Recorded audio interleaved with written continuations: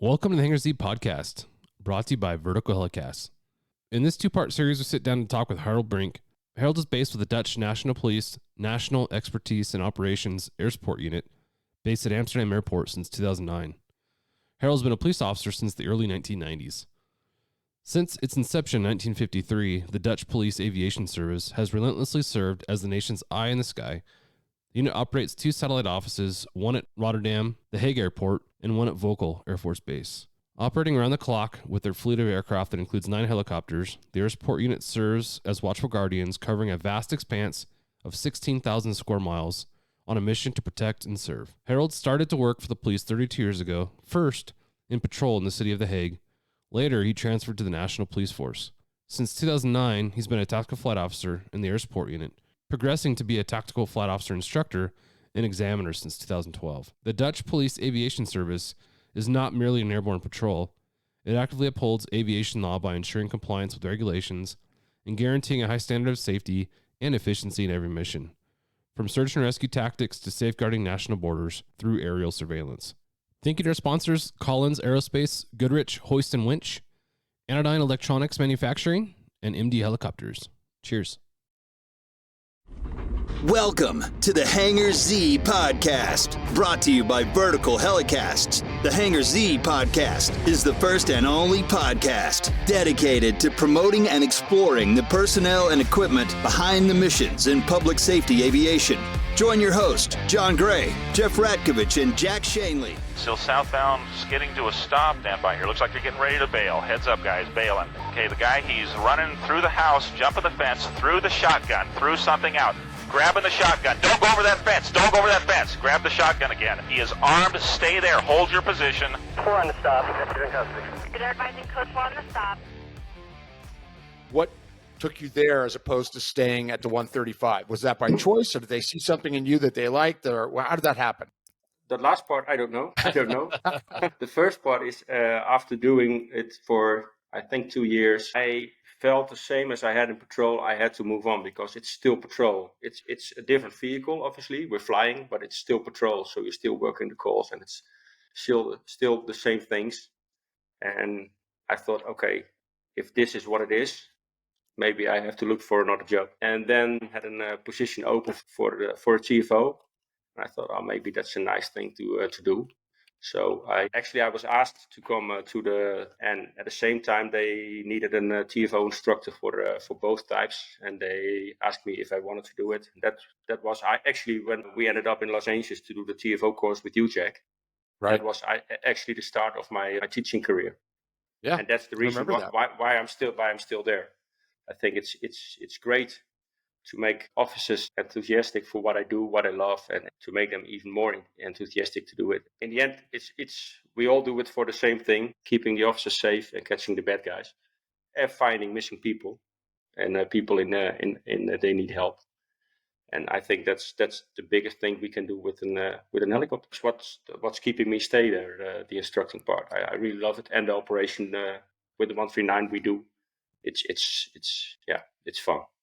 There's a variety of things. We're going to get to some of that. But before we get there, give us an overview of the Dutch National Police Aviation Unit. Number of aircraft, missions, hours, whatever you want to tell us about. It's a nice question. We are based in Amsterdam, Schiphol Airport, the main airport in the Netherlands. We serve the entire country. We have land, including the mountains, Jack. We also operate in the mountains. And we have sea. Our land area is approximately what I said, as big as the state of Maryland, and we have a sea area of 1,400 square miles. We have a lot of oil rigs, and that's also our responsibility. So if an incident happens on an oil rig, we have to go there.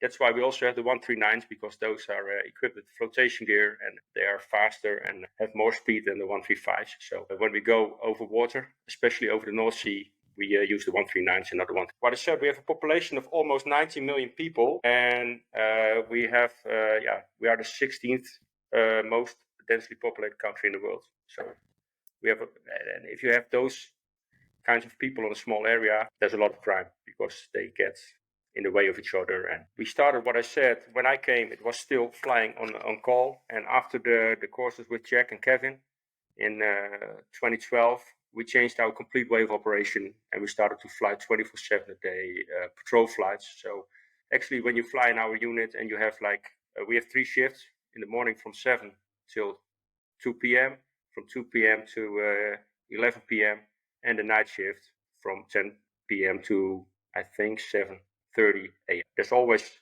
at least one EC-135, and when you're in the office, you at least fly for 3 or 4 hours patrol. If nothing big happens in those 4 hours and there is a call you have to go to, you go again.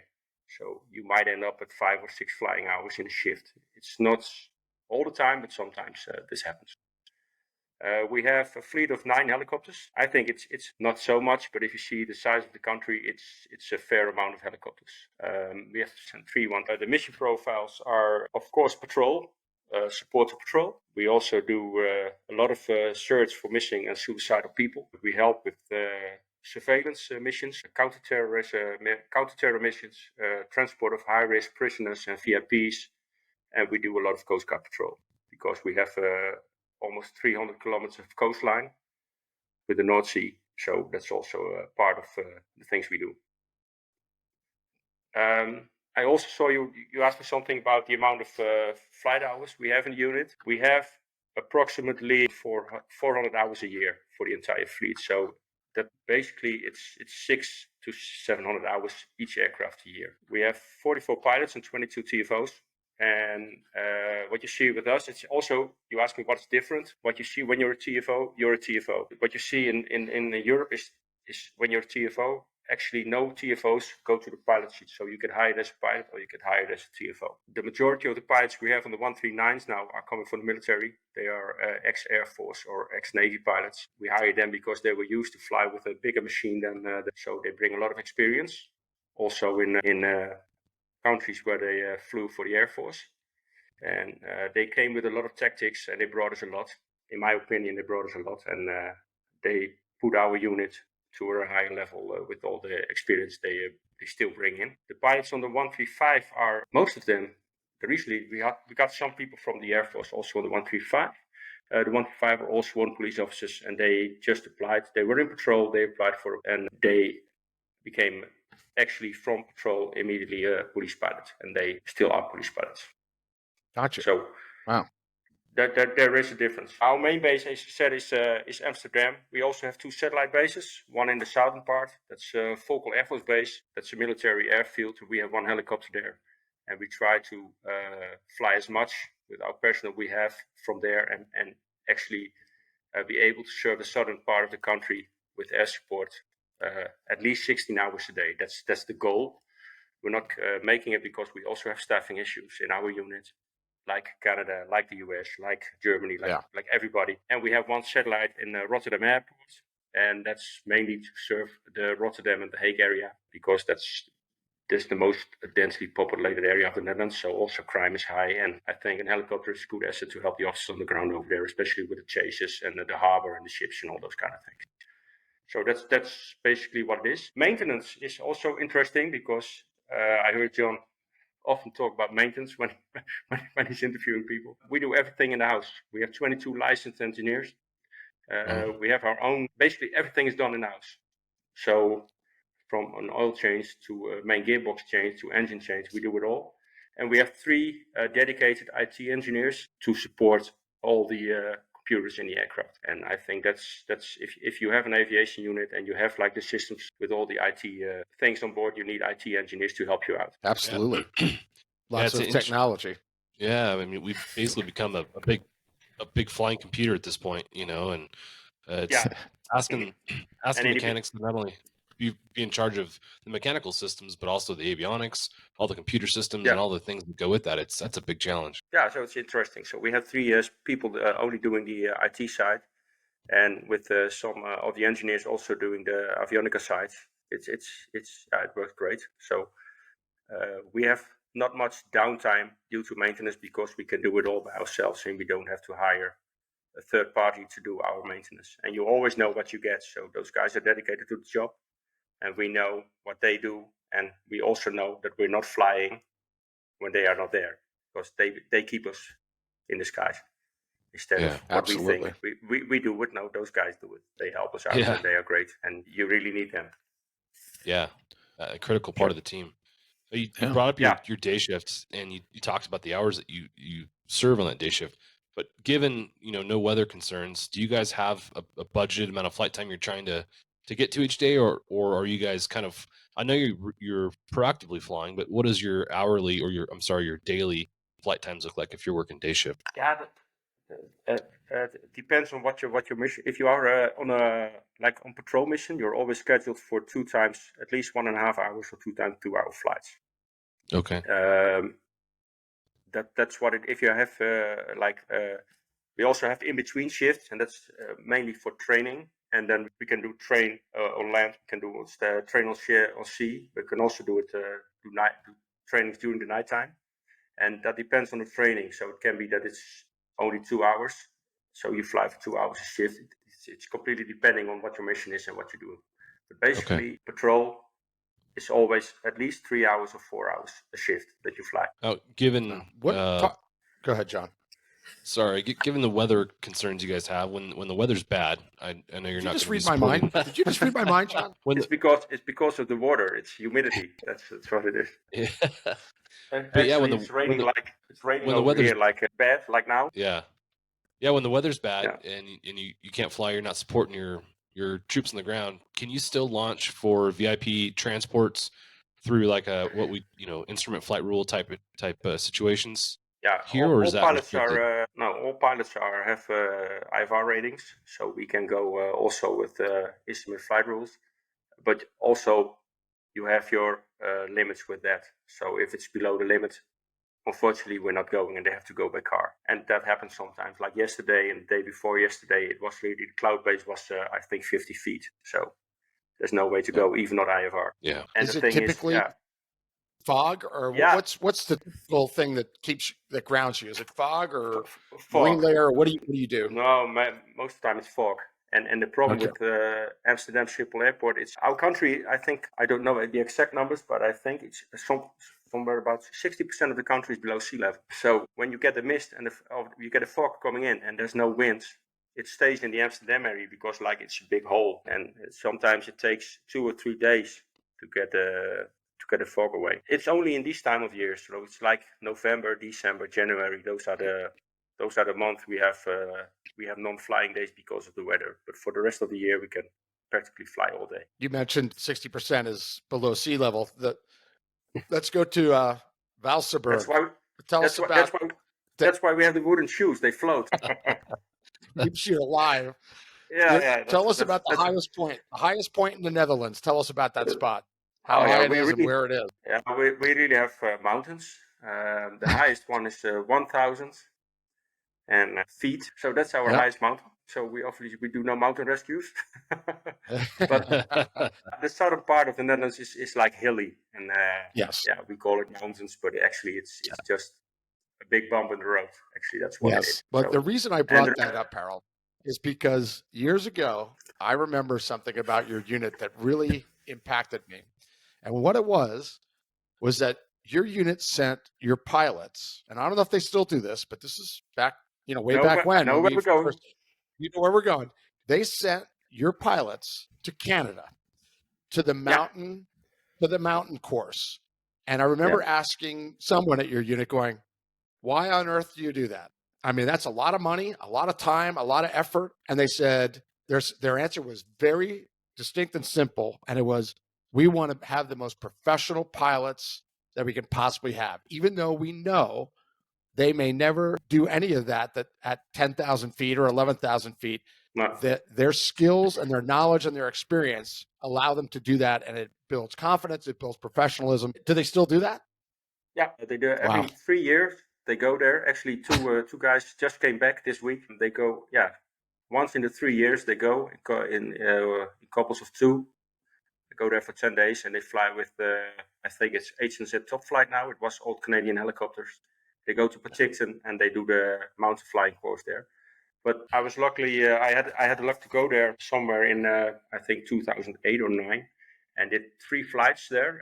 And the things they learn you about optical illusions on NVGs and winds and long lining and those kind of things. You don't need to have the mountains. It's nice, and it's nice flying in the mountains and have those winds, but we also have strange winds, and you also have strange winds, and you have the long lining thing. It brings them a lot. And now they even do it on NVGs over there. So part of the course for our pilots is also do the same thing on NVGs.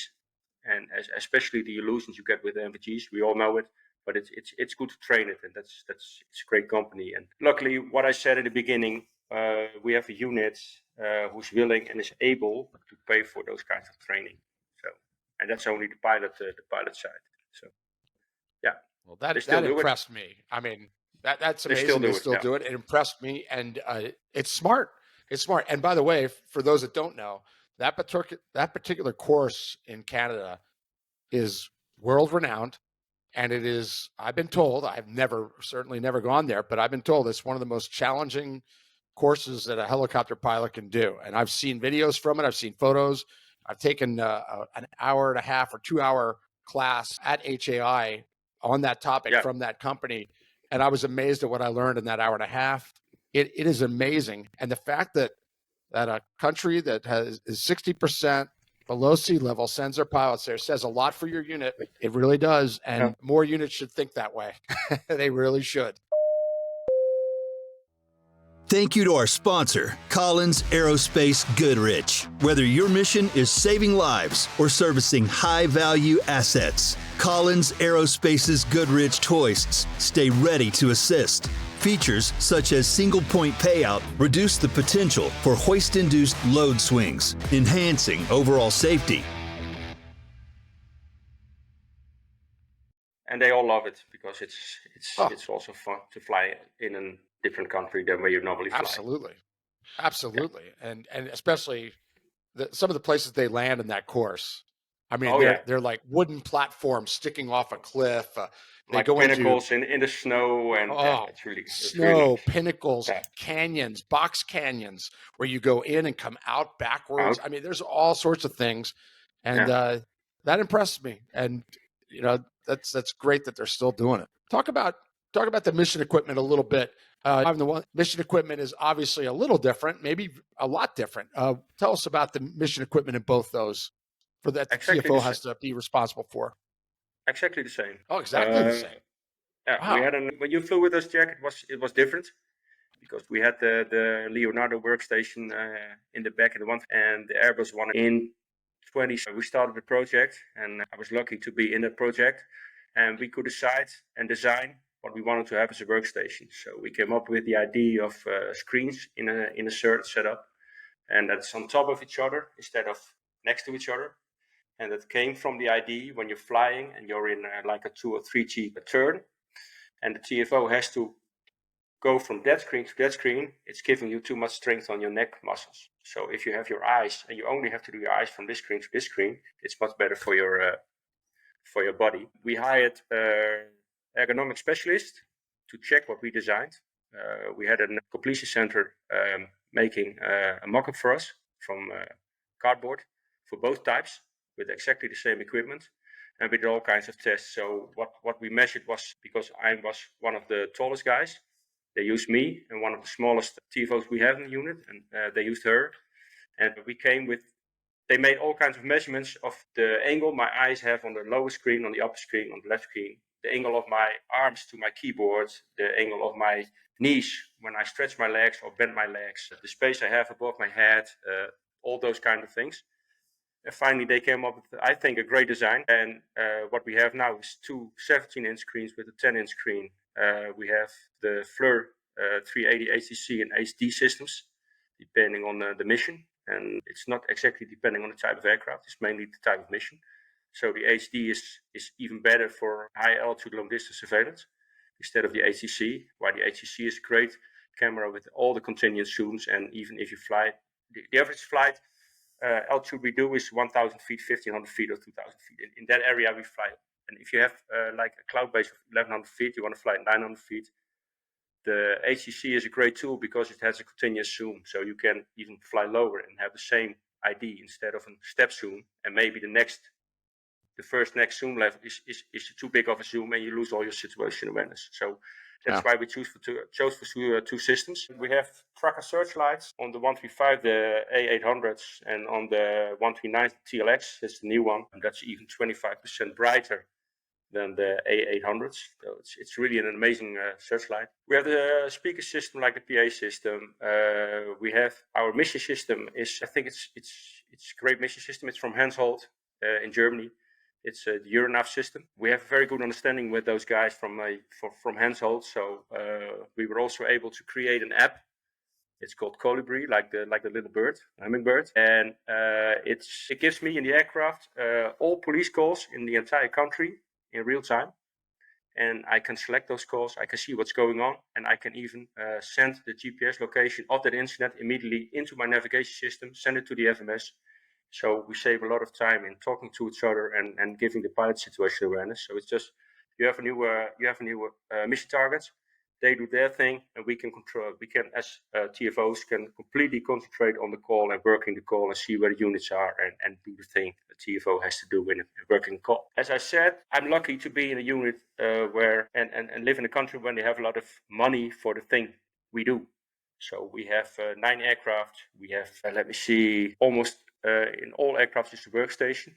We only have 2 in the 139, and we have 3 1. We have 8 turrets. We have our own FLIR tooling station. So almost all repairs can be done in house. So we have 2 engineers, and they are allowed to open all the turrets. So if you have issues with zooming or with wiring, we can replace it, because when the turret is not working, we're not flying. So those turrets make a lot of hours. And because of the amount of money the government is willing to pay us, we are also very lucky to be able to change our mission equipment around each 7 or 8 years. So that doesn't mean the older turrets are not good anymore. So actually, the older turrets, they were supposed to be scrapped, but I found a way to donate them to other units in the world. So as of 2022, Knoxville County Sheriff's Office in Tennessee is flying one of our turrets, our old Star Sapphires. That's cool. And last week, Chief David Ellis from Spokane County Sheriff took one, and we sent one to Modesto. Modesto PD is getting one, and Tahama County Sheriff's Office get one in Florida, or in California. So we gave away 4 of our old turrets to those units, and they're still great turrets, and they were for free. So we hope they can catch a lot of guys with our old systems. They will. Yeah. They will. We know I know a few of those units very well. They will use that to great effect. That's great that you guys did that. Can I touch on something just real quick? You brought up ergonomics and how you guys are building these workstations with that in mind. That it strikes a special place in my heart. You know, I've had to retire out of 2 neck surgeries, and I think we talk about lessons that we're able to learn from each other. I'm hoping that as we progress down this road of learning and adapting our programs to be mutually beneficial, I hope that we can pick up on what you guys are doing, because I think just about every pilot and TFO that I know that's done the job for a long time has neck issues, back issues, just from repetitive use.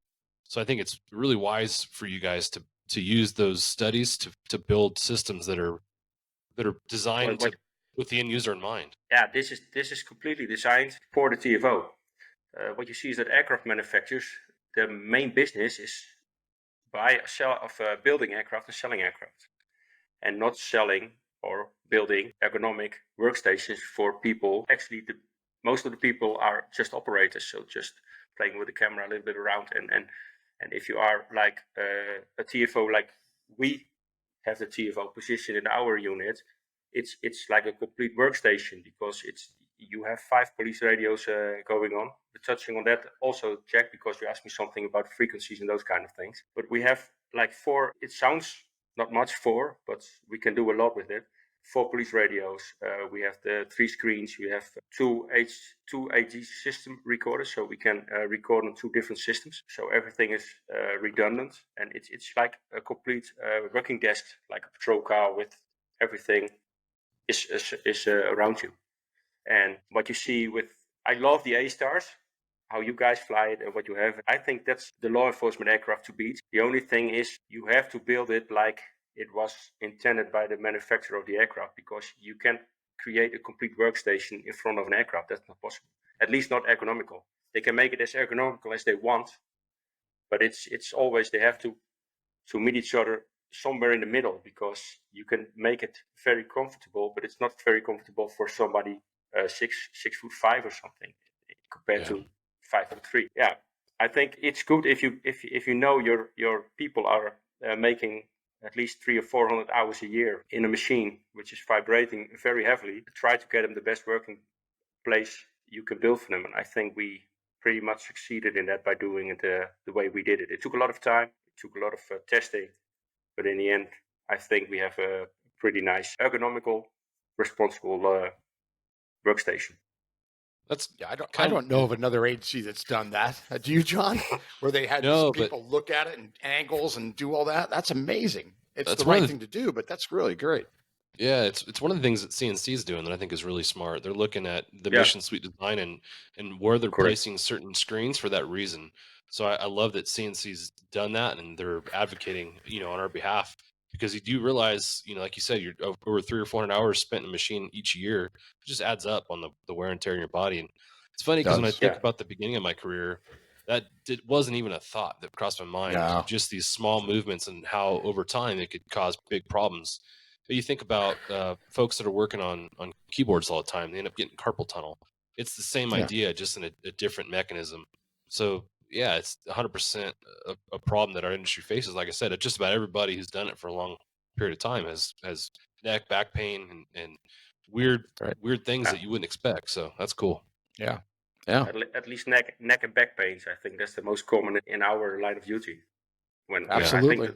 I think we all know somebody has pain in the back, or even myself. I sometimes think, it's itchy. Sure. So, yeah. And I'm getting older, obviously. So. You are? Yeah. You are getting older? Yeah. It's horrible, Jack. It's horrible. Know that. You touched on radios. Run with that a little bit, Harold. You're a national unit. You deal with multiple frequencies. Talk about that. I wrote something down because it's we have a nationwide Tetra radio network. So what you see is that we have one police force in the Netherlands with 10 regional units and one central unit. Also, the Ministry of Defense, like the Bomb Squad and Royal Marines and military police, are on those Tetra radios, so we can talk to them. Also, all fire departments in the Netherlands and all ambulance departments are also on that same radio. So we can talk on the same radio on different frequencies with the fire department or with the ambulance guys. Each unit and each province, they have their own frequency, but we are able to switch in those frequencies. So basically, when I have 12 frequencies, I can serve the entire country. That's how it is. Wow. It doesn't mean I can hear all the radios, but all the calls are going on the main frequency of one province. So, and we can switch to that. We can listen. We can help out, and we can change. If they do it on, like, for example, if you have Amsterdam, you have like the main frequency, but you also have a lot of districts with their own frequencies, like their own station frequencies. But they can draw us to that frequency, so we can also listen out that frequency, or they can make very easy. They connect, for example, the cast from The Hague to the connection in the northern part of the Netherlands, and they can talk to each other even if they are 300 kilometers away from each other. And it's like how we are talking. So it does a trick. I think it works great. There are some flaws because there are some things with reception. If you fly 4,000 feet AGL, it can be that we are out of reach.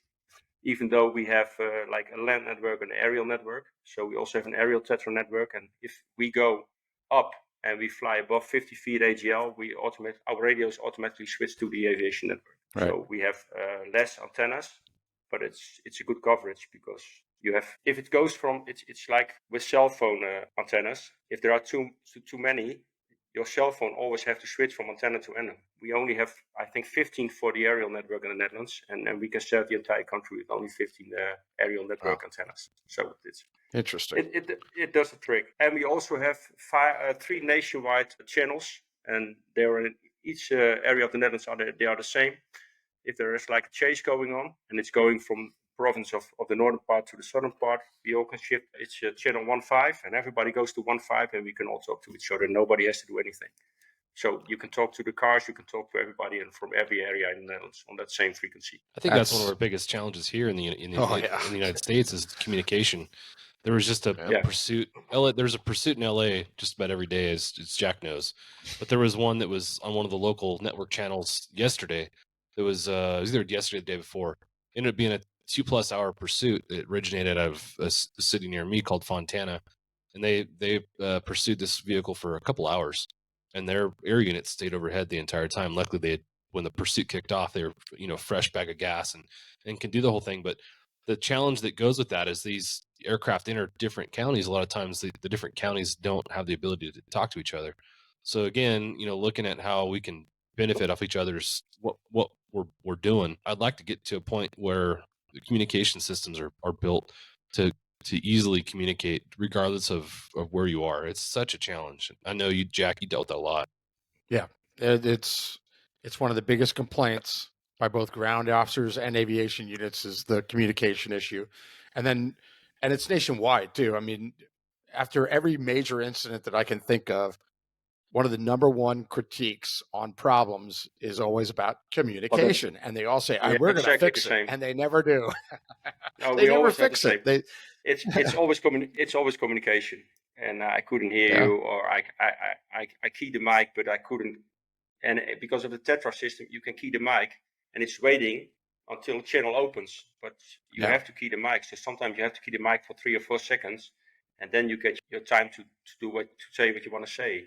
But it's annoying, especially when it's a big incident. It can be very frustrating not getting through when you see the suspect running, but everybody's talking to each other. And hey, guys, listen up. We see it. So everybody's important at that moment. Yep, we've all been there. So we have the same issue. So I think the frequencies is the way it's done in the Netherlands. I don't know how it's done in the rest of Europe, but I think we have not a struggle you have with all the different agencies with the different frequencies. Right. And if we have to talk to a different agency, it's very easy for us to go and they can come onto our frequency and we can go to theirs. So it's Tell us about your specific duties as the chief TFO of the ADF. What are you responsible for in that job?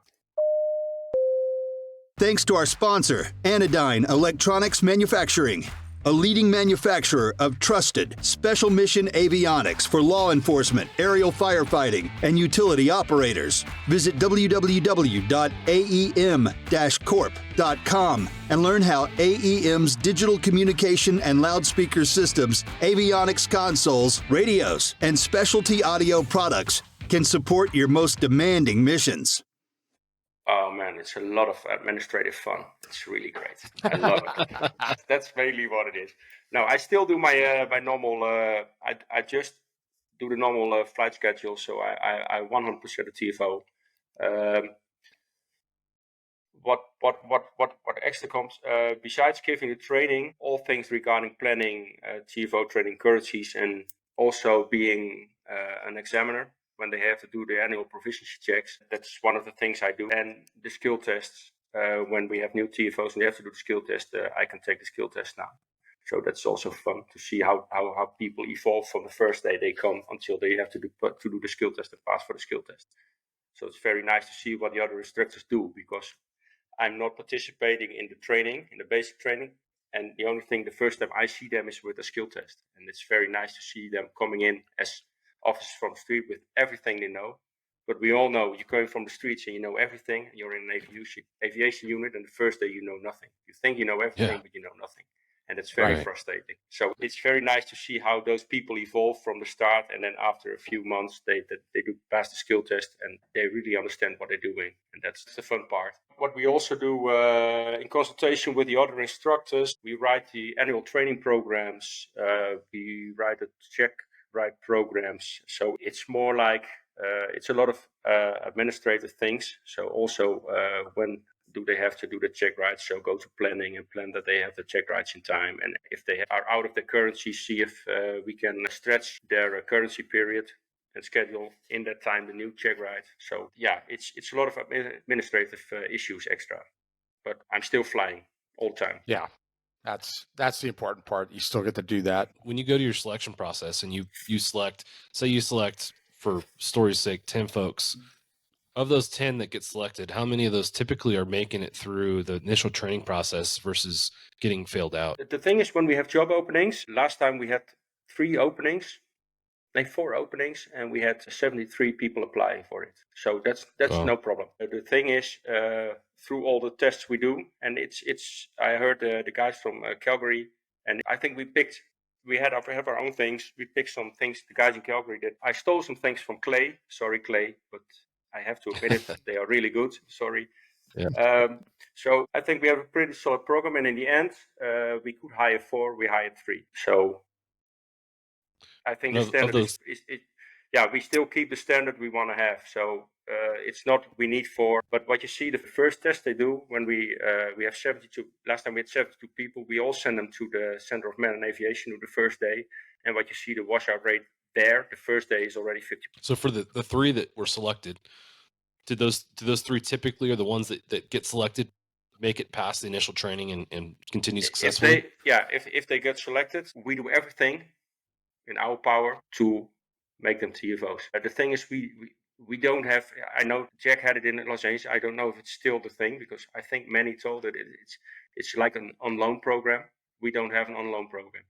If you are applying for the TFO job and we hire you, you have to quit with your old team. You have no guarantee they take you back.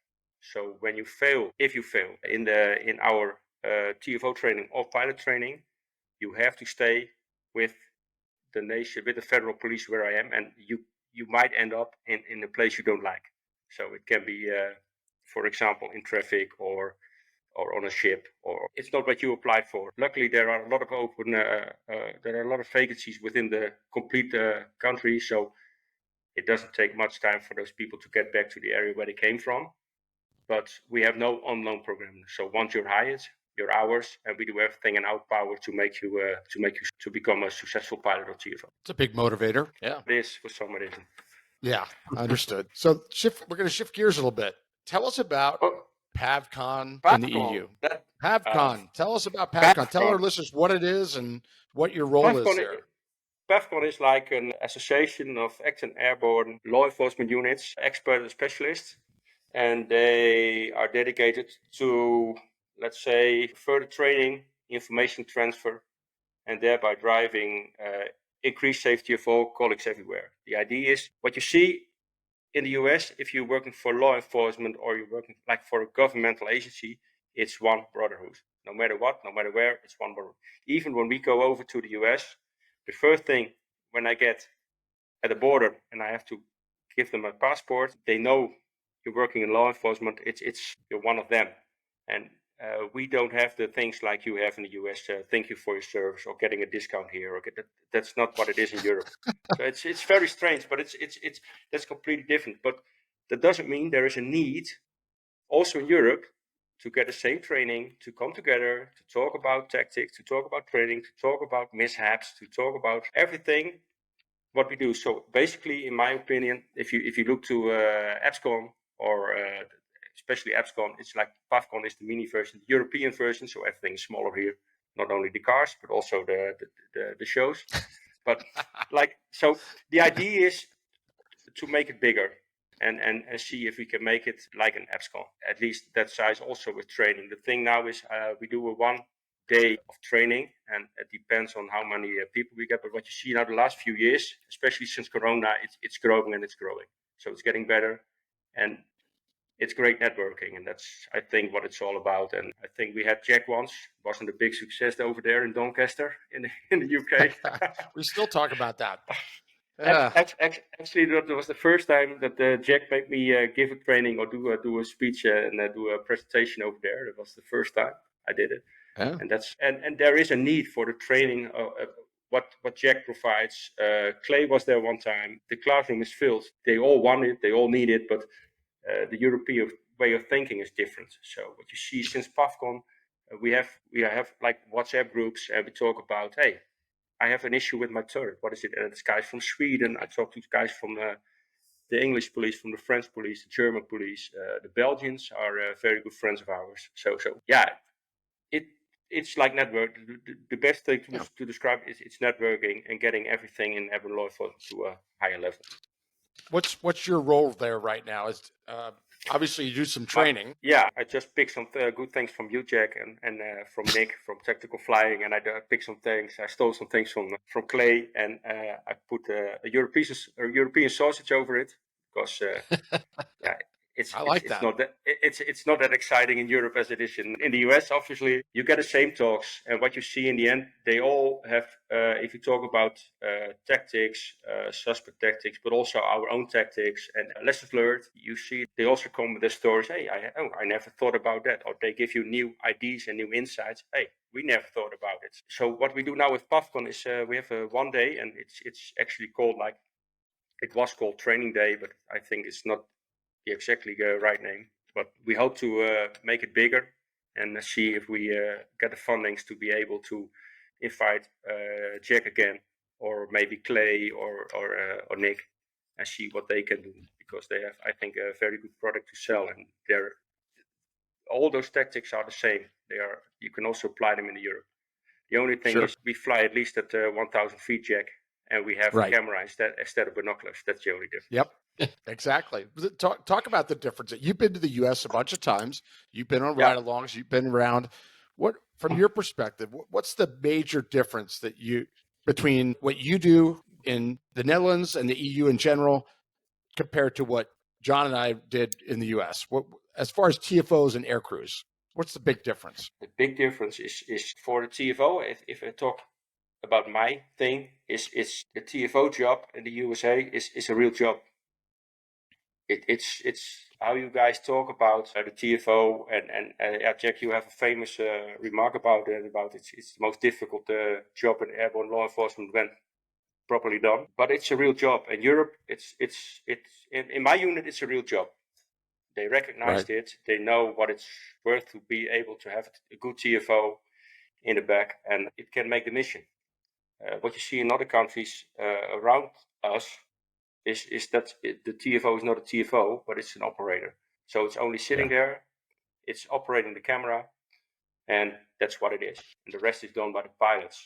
I think it's not the right way to go, but that's the main difference. So the TFO job is, I think it's how do you say it? It's not as much valued as it is in the USA.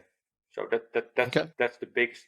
And the other thing, obviously, is that we are sitting in the back like just the passengers, and instead of sitting in the left hot seat and looking fancy. That's the difference. Understood. It's good that you guys changed that, and I know that you have had influence and continue to have influence on other units based on your philosophy that you adopted and the success of it. That's great that you just keep fighting for it, because it's the right thing. That TFO job is very complicated. Yeah. It is hard, but it's very rewarding, and it should be looked at, and especially in today's world, it should be looked at with respect because of the amount of mission equipment you have to understand and troubleshoot and operate, and there's a lot more to it. But I will say this, even in the U.S., that was a long time of growing pains. The observer days when they were looked at as talking baggage, or, there was all sorts of stuff, the JAFO thing, all of that was real.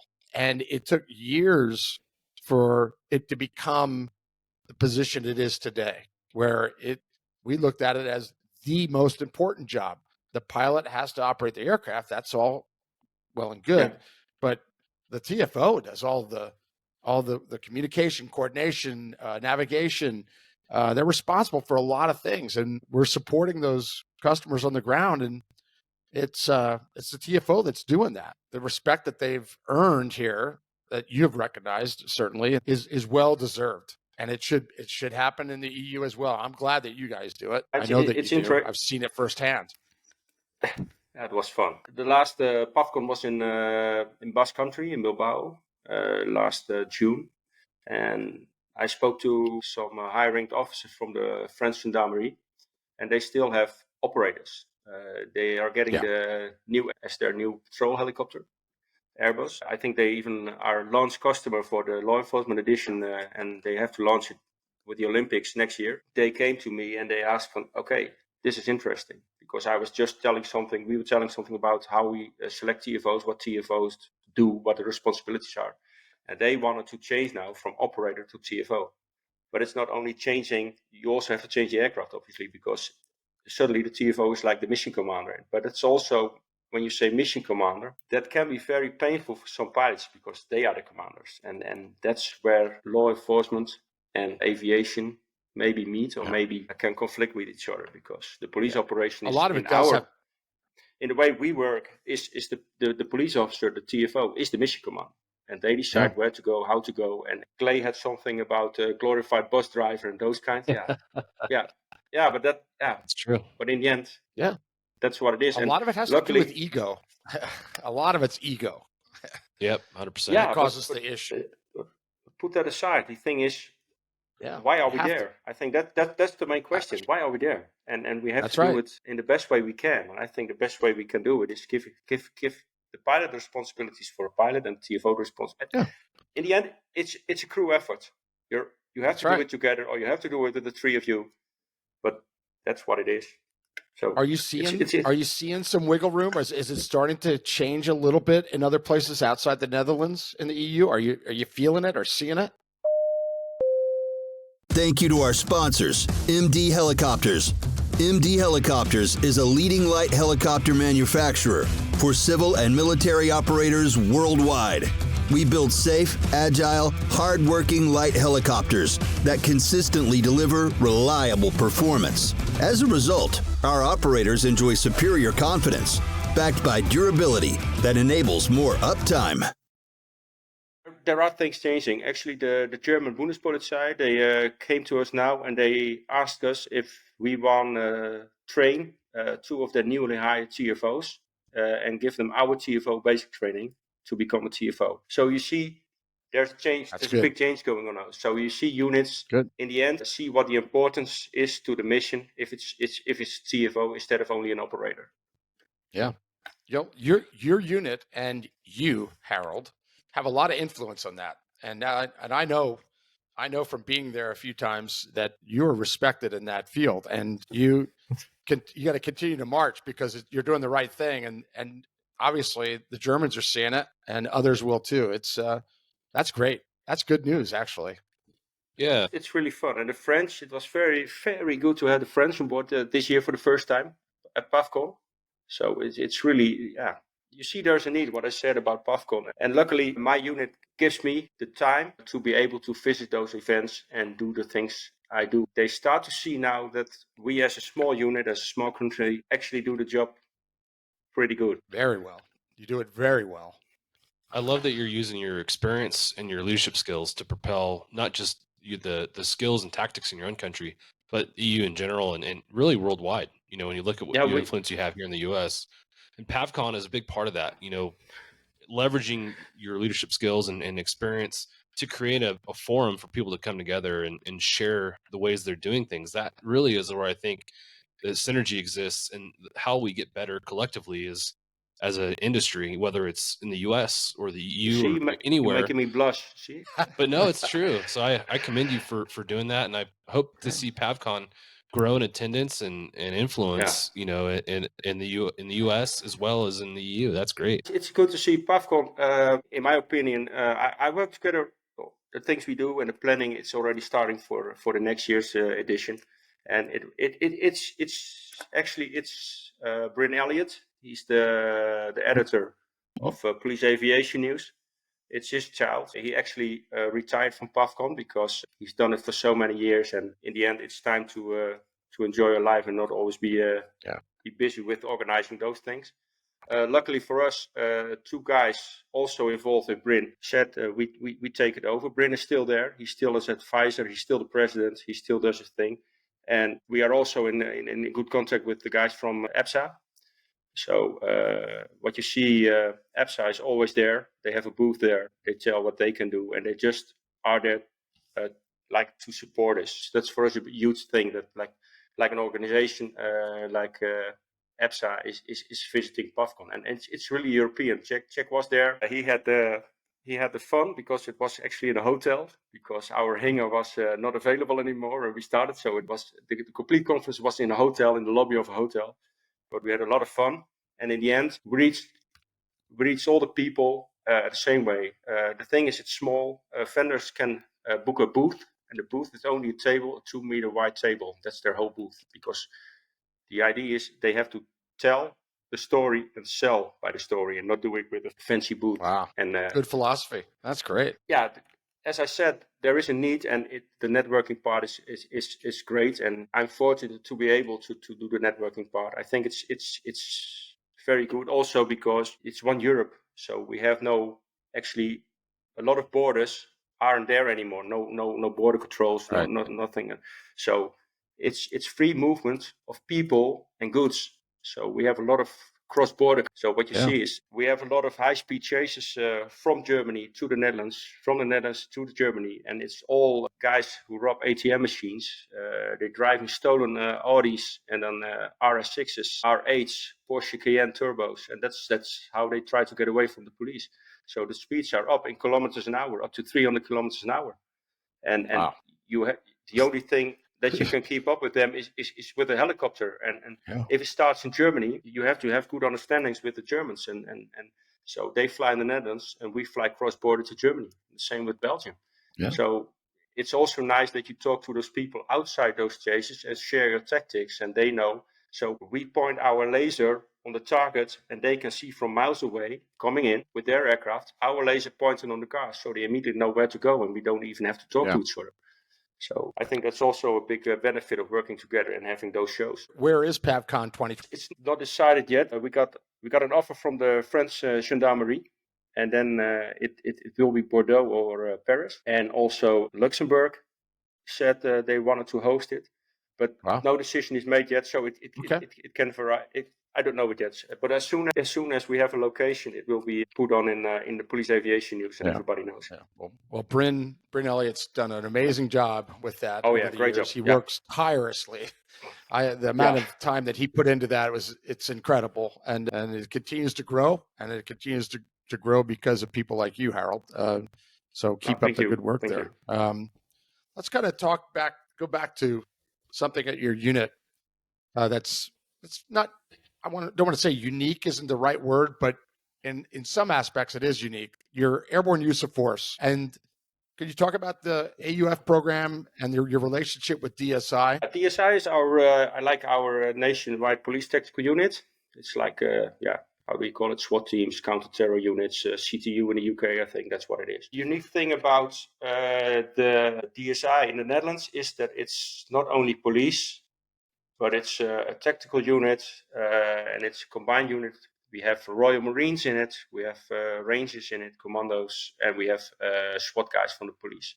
So it's a unit consisting of actually 600 people in total. What we do with DSI, especially with the 139, since January 2023, we have a DSI marksman is part of the crew all the time in the 139. So each flight we do, we have a marksman on board. So if there are high risk incidents like counter-terror or where guns are in play, we go there, we get scrambled, and we go there. If they need a team there, because the blue guys are on the street, obviously patrol is always there as first. But we also take 3 other SWAT members with us, and we can deploy them anywhere in the country within 35 minutes.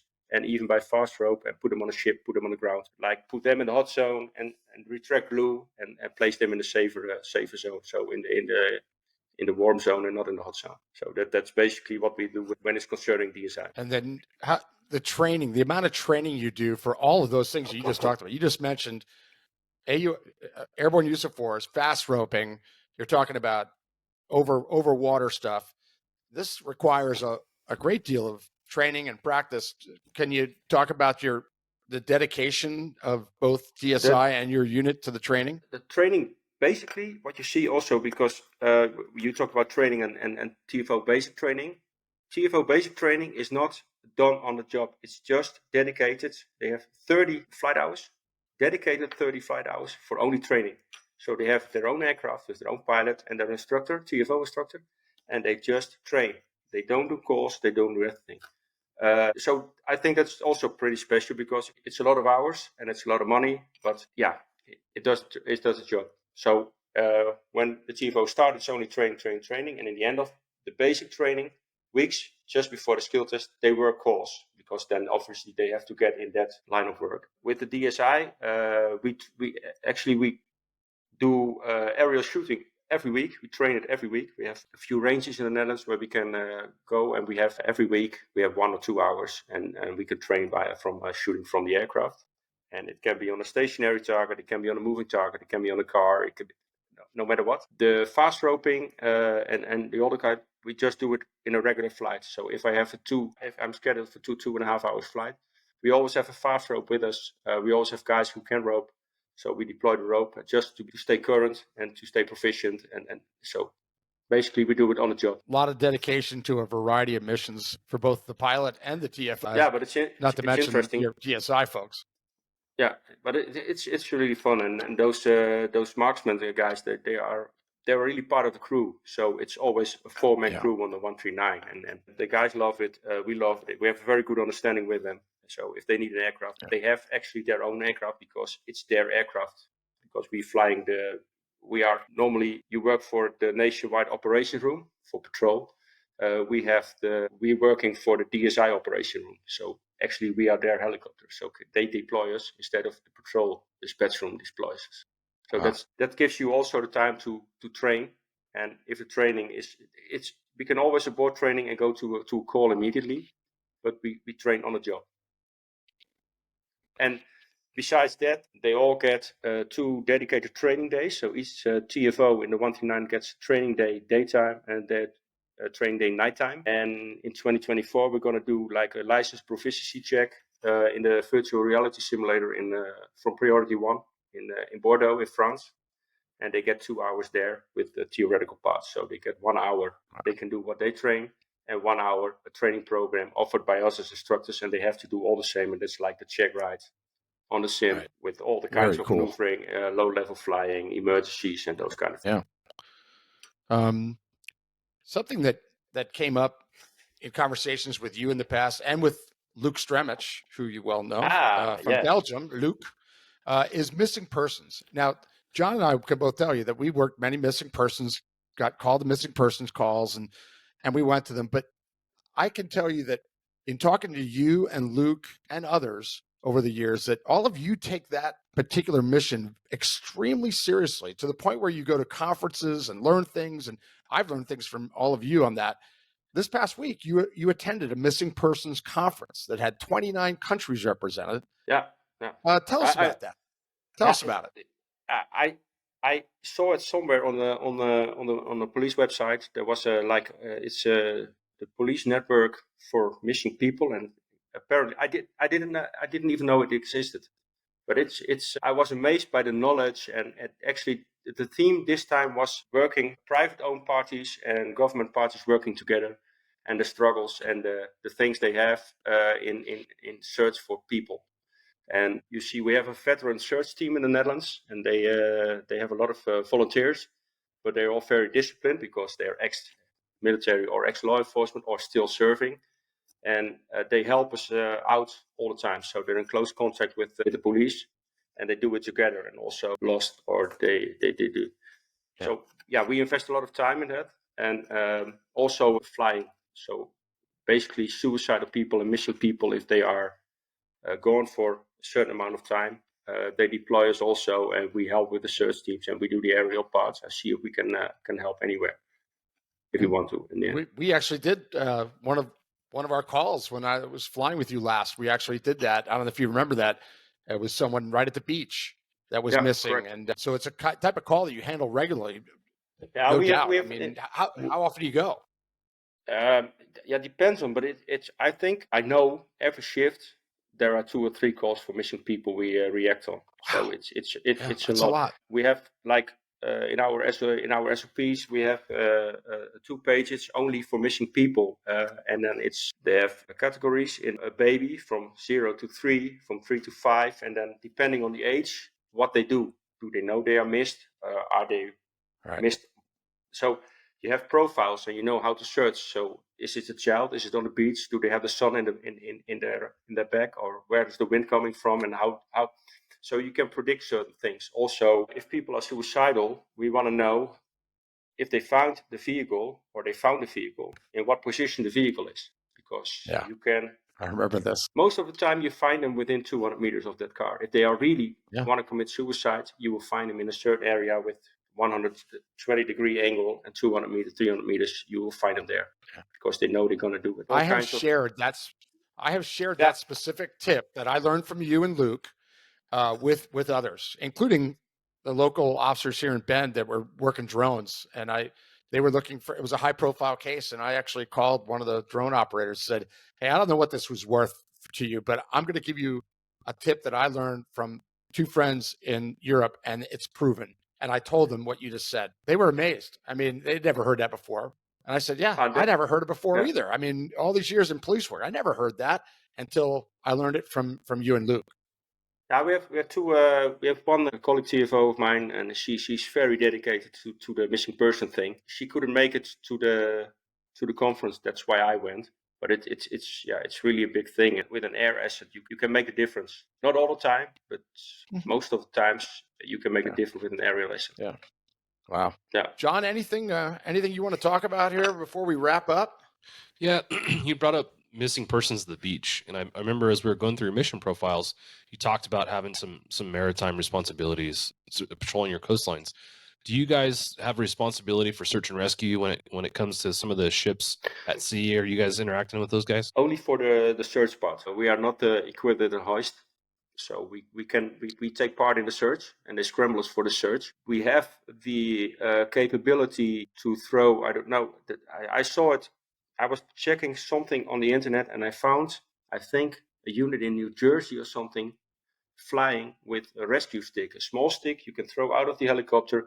It's a flotation device, and we adopted that, and all our aircraft are equipped with 2 rescue sticks now. And as of June this year, all the Belgian helicopters are also equipped with a rescue stick.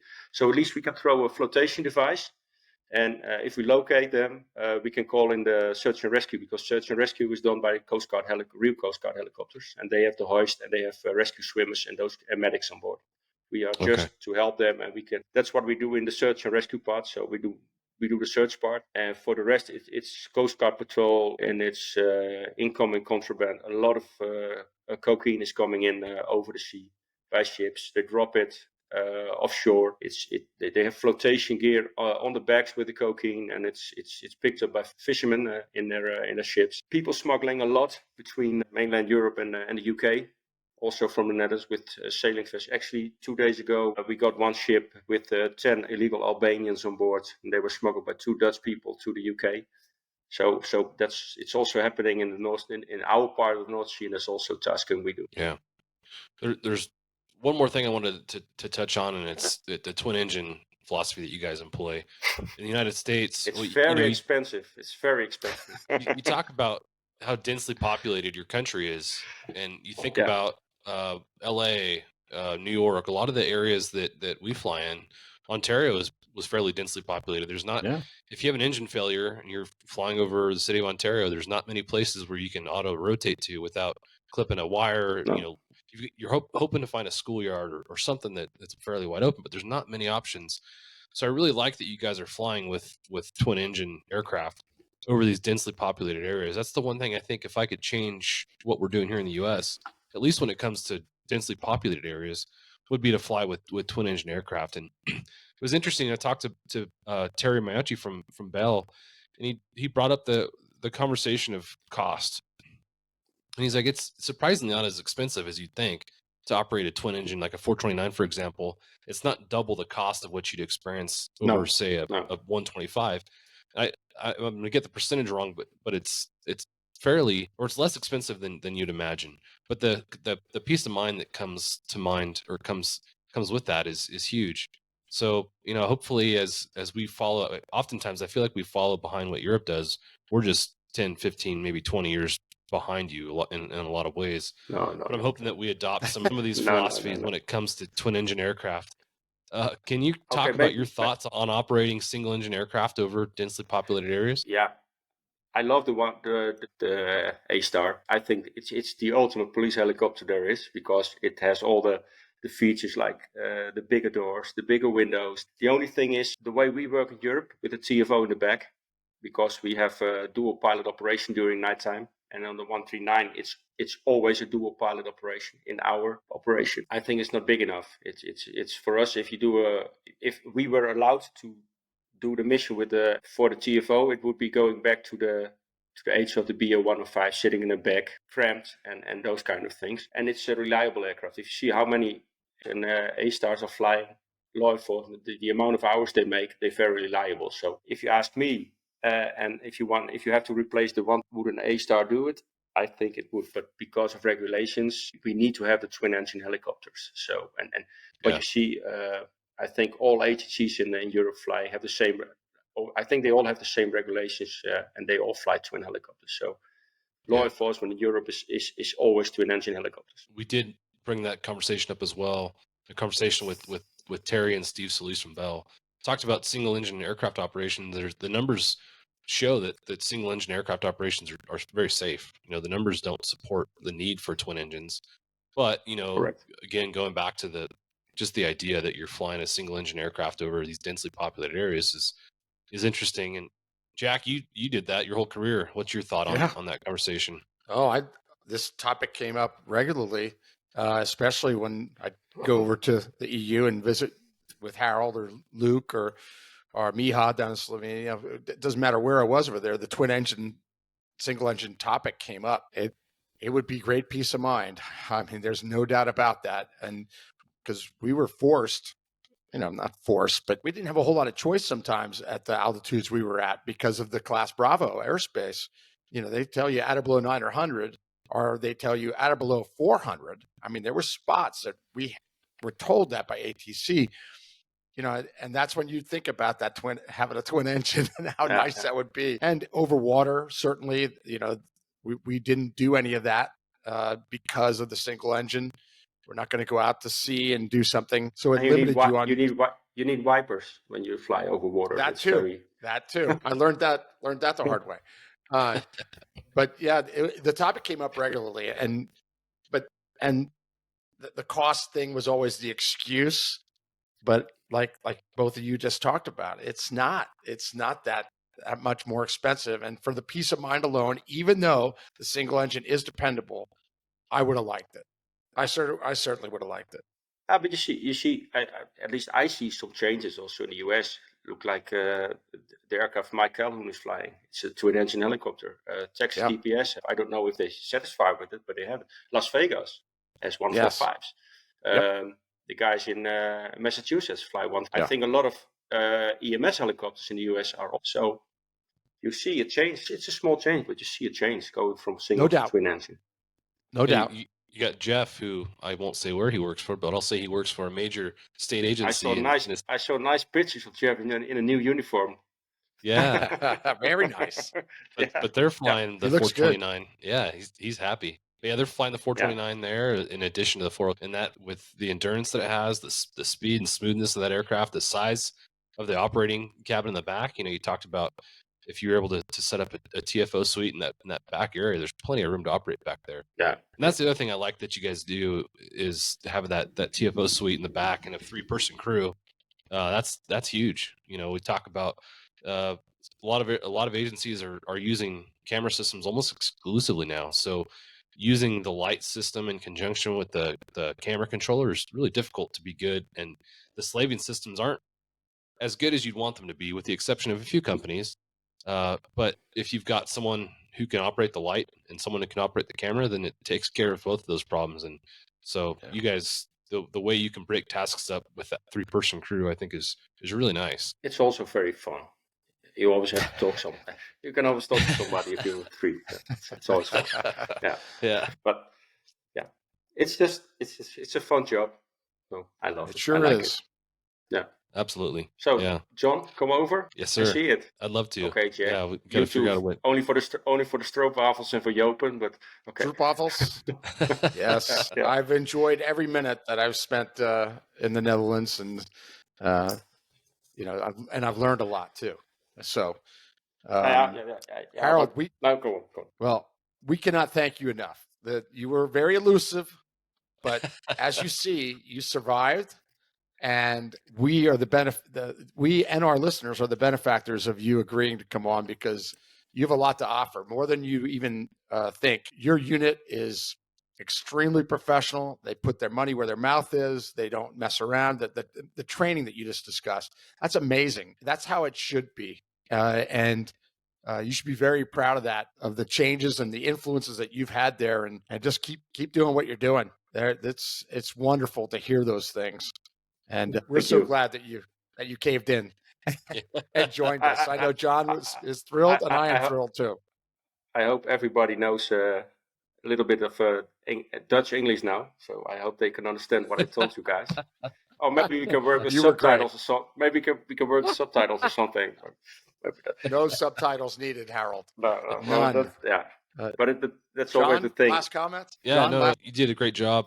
Thank you again for Green, and I'll echo what Jack said. You're pretty slippery. We thought we had you pinned down a couple times and you slipped out, but not this time. So we got like I said, or like Jack said, our listeners and our industry get a benefit from your experience and again your leadership in your country and in the EU in general, and I guess worldwide. So this is our hope, is that we continue down this road of mutual learning and understanding of our different programs and how we could adopt some of what you guys are doing and how you guys can adopt some of what we're doing just for the betterment of our industry as a whole. So you have my email. Jack has my email. If there are any units we can help with only tactics or things how we do it, or just ask how we do it, we're happy to help them. And if they want to have the email, contact Jack or Jon, and we will help them out. No problem. Also with the searching part, Jack, and the 120 degrees and those kind of things. That's right. Very helpful. Very helpful. Yeah. Well, Harold, again, thank you for joining us. Bedankt. My pleasure. Did I say that right? Bedankt. And till we meet again, we'll be spreading the word about you and this podcast today, because you have a lot to offer and a lot of insight. And I hope you we've can really create enjoyed something. it. We could talk forever. I hope Jon can create something normal out of it. He's amazing at it. He's very gifted. So with that, from all of us at Hangar Z, thanks for listening. And Harold, thank you again. Talk soon. Yes, cheers. Talk soon. Thank you, guys. Cheers. It was my pleasure. Bye. Cheers. This is the end of our conversation with Harald Brink from the Dutch National Police. Stand by for a message after a word from our sponsors. Thank you to our sponsor, Collins Aerospace Goodrich. Whether your mission is saving lives or servicing high-value assets, Collins Aerospace's Goodrich hoists stay ready to assist. Features such as single-point payout reduce the potential for hoist-induced load swings, enhancing overall safety. Thanks to our sponsor, Anodyne Electronics Manufacturing, a leading manufacturer of trusted special mission avionics for law enforcement, aerial firefighting, and utility operators. Visit www.aem-corp.com and learn how AEM's digital communication and loudspeaker systems, avionics consoles, radios, and specialty audio products can support your most demanding missions. Thank you to our sponsors, MD Helicopters. MD Helicopters is a leading light helicopter manufacturer for civil and military operators worldwide. We build safe, agile, hard-working light helicopters that consistently deliver reliable performance. As a result, our operators enjoy superior confidence, backed by durability that enables more uptime. Thanks for hanging out to listen to our sponsors. We appreciate the support they provide us and the industry as a whole. We have an interview being released in late April with Alan Mack, who wrote the book Razor 03. The book was absolutely amazing. I encourage you all to read it before our interview with Al. He's a great guy who's continuing to serve our country through his current role as the Deputy Commissioner for Orange County, New York, Department of Emergency Services. Time to close up the Hangar. Thanks for joining us on the Hangar Z podcast, brought to you by Volkel Helicasts.